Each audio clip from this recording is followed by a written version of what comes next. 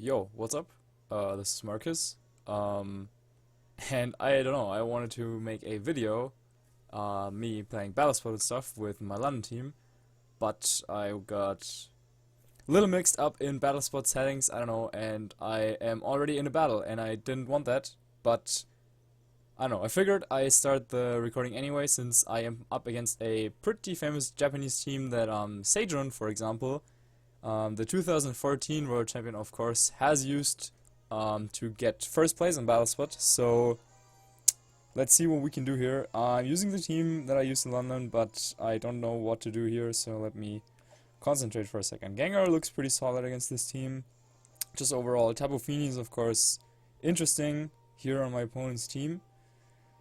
And besides Gengar, I think I want Tapu Koko, Garchomp, and then as my last one I will probably just go with Gastrodon. I don't know. So, sorry, I just, as I said, was thrown in here just like you guys are. I don't even know. I wanted to check some settings as well with my sound and so on, but now there's no in-game sound whatsoever, I suppose. Anyway, I hope my mic is fine, as I actually got a new headset. So yeah, I wanted to record quite a bit of stuff, to be honest, but then I got sick and then I didn't record anything. And now Christmas is just a couple of days away, so I'll be busy, you will probably be busy as well, so there's also not too much coming from my end during that period of time. But then, yeah, and then in January I'll be busy with other stuff. I don't even know. Dude, YouTube is hard, and I'm just doing this for fun anyway, but I don't know. So I figured I want to use my London team just one last time, this time with all 6 Pokemon, including Gastrodon, including Sassy Gastrodon. It's not Calm, it's Sassy. And so yeah, we're up against this team, which is pretty strong in my opinion. This Porygon Z should be Choice Scarf, I think.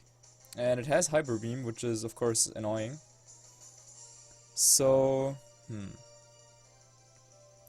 I kind of just want to go for Protect Discharge, hope that we can get a Para on the Porygon, and maybe he wants to target the Gengar. Actually switches in Kartana, which is totally fine by me, as both my mons do outspeed Kartana. And if he targeted the Gengar with his Porygon, then that could be a super strong turn. But he just went for the Hyper Beam on Tapu Koko, okay.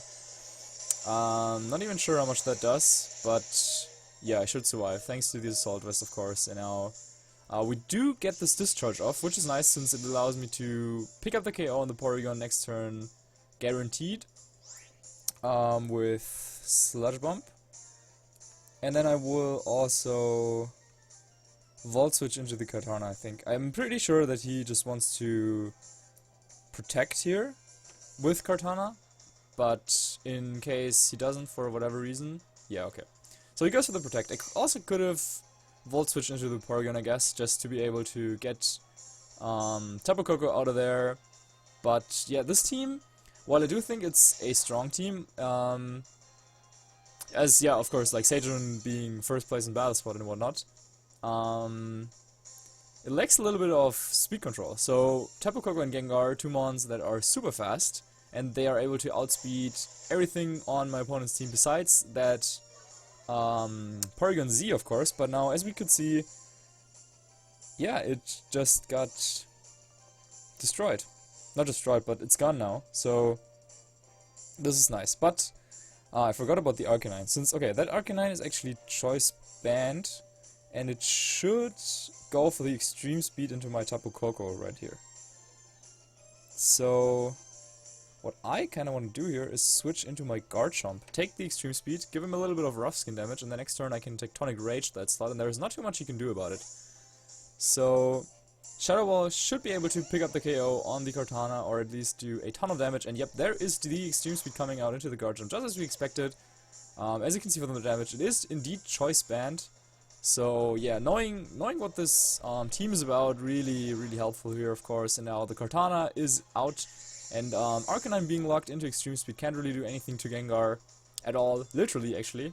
And I also still do have the Gastrodon in the back, so even if he somehow manages to get by the Gengar, then I still just have the Gastrodon. And Tapu Fini comes out from my opponent, which is cool to see, but Yeah, this should be a 4-0 in my favor, as I can just double up into the Tapu Fini with double poison attacks, and then next turn, I don't know, just take care of the Arcanine somehow. So yeah, this was a pretty convincing victory actually against a Japanese 1624. I'm not too high on the ladder at all, so yeah, that's that. So, but let's see, Tapu Fini, being super bulky, is actually able to take that Sludge Bomb from a max special attack Gengar, despite it being super effective. So yeah, Tapu Fini is definitely a threat.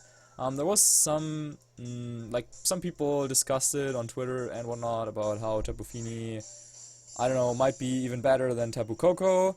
Not too sure if I would agree with those people, but yeah, it got second place, of course, with Enosh's team, with the Sub Calm Mind, GG by the way to my opponent, Sub Calm Mind Tapu Fini, and there we did not actually see it in action, but that is supposed to be a Choice Specs Tapu Fini.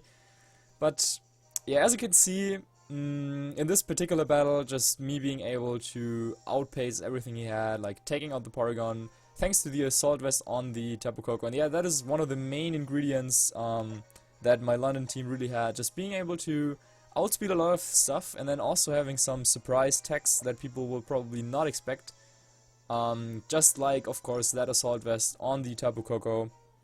And then also, yeah, my Arcanine set is not super usual. Gengar is not something you see too often.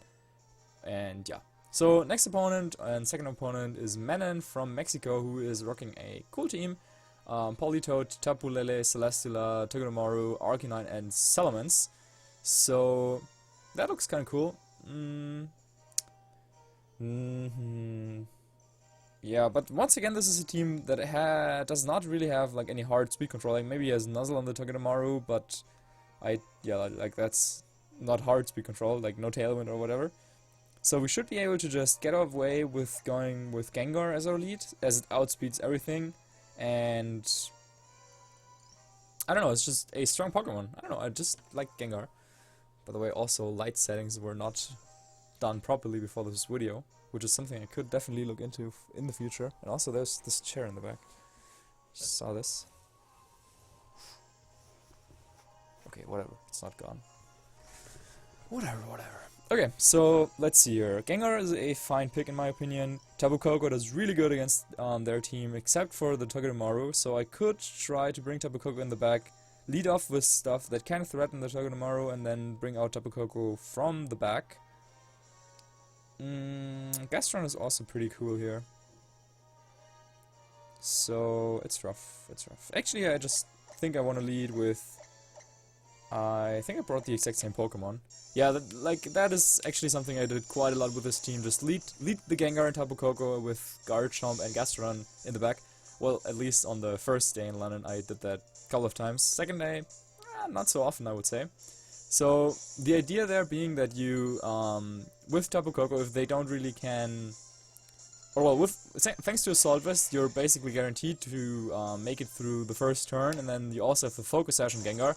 So it's pretty likely that you will not lose a Pokemon the first turn, while you can dish out a lot of damage. And then you just try to look into what could they target, where can you maybe double target with, say, Nature's Madness and an attack to get an easy knockout early on. And then if you're doing that right, then yeah, everything's cool. So, since Gengar is a Ghost type, he probably wants to fake out into the Tapu Koko. He could also consider nuzzling the Gengar though, or just going for a double target into that slot with Zing Zap, for example. So that's something I have to keep in mind. I do want to target down the Salamence with a Sludge Bomb just to be able to deal a bit of damage here. Get it into KO range for another Dragon Claw or Sludge Bomb or even Shadow Ball if I'm afraid of a Celesteela switching in or whatever. And he actually did not go for the fake out. Good play on my opponent's end here. So likely we'll just double up into the Gengar, but goes for a Rock Slide with the Salamence. Okay. That does nothing to Garchomp and nothing to Gengar. And there's the Zing Zap. Okay, I'm not entirely sure what this Rock Slide Salamence is about, but thanks to the miss from that Rock Slide, Gengar is actually able to take that Zing Zap, even without using its Focus Sash, which is pretty hilarious. And I was able to get the Curse Body too. So now, I could honestly just Tectonic Rage into the Togedemaru. But yeah, I don't know. I feel like just Shadow Balling it here and going for the Dragon Claw on the other slot makes sure that there's no way where I do 0 damage. Like for example, if I go for a Tectonic Rage or a Sludge Bomb or something, then he could switch in Celesteela in either slot and then I wouldn't do any damage. But I wanna, like with this team, it's very, very important to just do chip damage to whatever you can chip. Because you don't have attacks that can 1-hit KO Pokemon, but you have a lot of attacks that can 2-hit them if you like did a little bit of prior damage on bulky Pokemon, or can KO them as we just saw here, like a Sludge Bomb, and then the Salamence can be KO'd with Tapu Koko, with Gengar, or with Garchomp. So that is always kind of nice. I was able to get rid of the Salamence, and yeah, fortunate once again that Rock Slide Mist really helped us there. And now I don't want to bring in Tapu Koko since he has the Togedemaru still on the field, but Gastrodon looks like a fine switch in here, as now I have 2 ground types on the field, and he sends out his Tapu Lele, getting rid of my electric terrain. But now since I do have Tapu Koko in the back, I can just make a switch, like for example switch out Garchomp and then get my terrain up again, or I could take KO the Togedemaru and then get the KO there. Not sure if Scald would pick up the KO, to be honest, on the Togedemaru, but I think I want to just go for a Scald and Protect play this turn, just to try and scout out whether this Tapu Lele feels like it can go for an attack here. Maybe there's even a Psychium Z and a Shattered Psyche going into the Gastrodon, which would probably knock it out. But yeah, with Tapu Koko and Garchomp, knowing that I will outspeed his entire team, I feel fairly comfortable, even if I was down in Pokemon. Or maybe this is a Choice Scarf variant, then that is of course important to know. Actually goes for an Encore here, okay. And Moonblast also into the Garchomp. Okay, so that worked out kinda nicely. I'm not entirely sure what he was going for there with the Encore, as Garchomp is naturally faster than Togedemaru. Now I got the KO with Scald, which is very good, since now he is down to his last 2 Pokemon, cannot get rid of my electric terrain in the end, and Politoed is his last Pokemon, so that is of course also very, very good to see for me. Since, thanks to Gastrodon and with Assault with Tapu Koko in the back, it looks like, yeah, this should be doable. Now I need to think about how to get stuff into KO ranges. I think I want to Scald first here into the Tapu Lele since it's rain boosted, and then Discharge plus another Scald should get rid of it. I don't feel like Toxic Stalling like just yet, or trying to attempt Toxic Stalling just yet. And then I will also just Tectonic Rage into the Politoed to make sure that I get a little bit of chip damage. I was expecting a potential Protect coming out from the Tapu Lele in case he wasn't Scarfed, and if he was Scarfed then he would just Moonblast anyway, but nope, he decides to just go for the offensive here. Tectonic Rage will still do a little bit of damage to the Politoed through the Protect, but probably not enough to get it into KO range for even a Volt Switch. My Tapu Koko is like really focusing on its defenses and not very strong offensively. And now there should be the Moonblast coming into Garchomp, as there it comes, which easily gets the KO here. So now let's see how much Scald does first of all. It's actually Life Orb Tapu Lele. Okay, so that helps us because now after the Scald, no, this shouldn't be in KO range. Even after the burn, I don't think Discharge should KO from here. But probably with the burn damage, like after another turn of burn, then yeah, Tapu Lele should go down after this Discharge, so this is more than fine with me. Tapu Koko coming in here, of course, Electric Surge. Now we do have the Electricity running in the battlefield. He could be tempted to Encore my Gastrodon, I don't even know, but I'll just Toxic the Politoed and Discharge here. I could also Volt Switch, but I'm not really afraid of anything that Tapu Lele can do to me. I do have a Assault Vest on the Tapu Koko, so he won't be able to knock me out anyway. And Discharge does like just most damage, and yeah, Tapu Lele, even after the burn, potentially still hanging in there. Politoed will eat its Citrus Berry and comes back to a pretty decent health actually. Psychic, he needs to, I don't know, he would need to get rid of both Pokemon. But yeah, after the Life Orb Tapu Lele is actually gone. And this should be game, as I also do have the Citrus Berry, just like his Water type, getting back some HP, and his Politoed should not really be able to touch me at all. He goes for the Perish Song, but unfortunately for him that also won't really work, because my Gastrodon is slower than his Politoed. And thus, even if for whatever reason he was able to stall out until the third turn of Perish Song is over, then my Gastrodon would faint last, and I would still be the victor of this battle. But I don't think it'll come down to that, as I still do have my Tapu Koko, and Electric's terrain is still on the field, so just Scald and Volt Switch should be enough to take home this game. And will also be the end of this video. Maybe he tries to attempt and to protect, but there's not really any point, and my opponent knows that. GG, good games to him, and yeah. That'll be it for today's episode of Marcus on Top, I suppose. I hope you had some fun seeing my London team in action. Unfortunately, once again, I wasn't able to do as well on the second day of competition, but I will try my best to be back at some point. By the way, if you want to read more on this team, then stay tuned, have an eye over on my Twitter, at 13yoshi37, as I will be linking to my team report at some point. I'm not sure with editing and stuff, like if it'll be up before Christmas, maybe not, but certainly, like, I don't know, before, like in December it should go up, I hope, I suppose.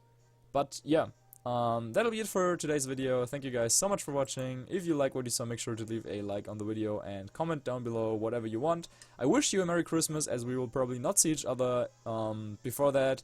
Maybe after Christmas. Yeah, I should record something before New Year's Eve, so I won't wish a Happy New Year just yet. But yeah, Merry Christmas. Have a lovely time with your families, and see you guys next time. Bye.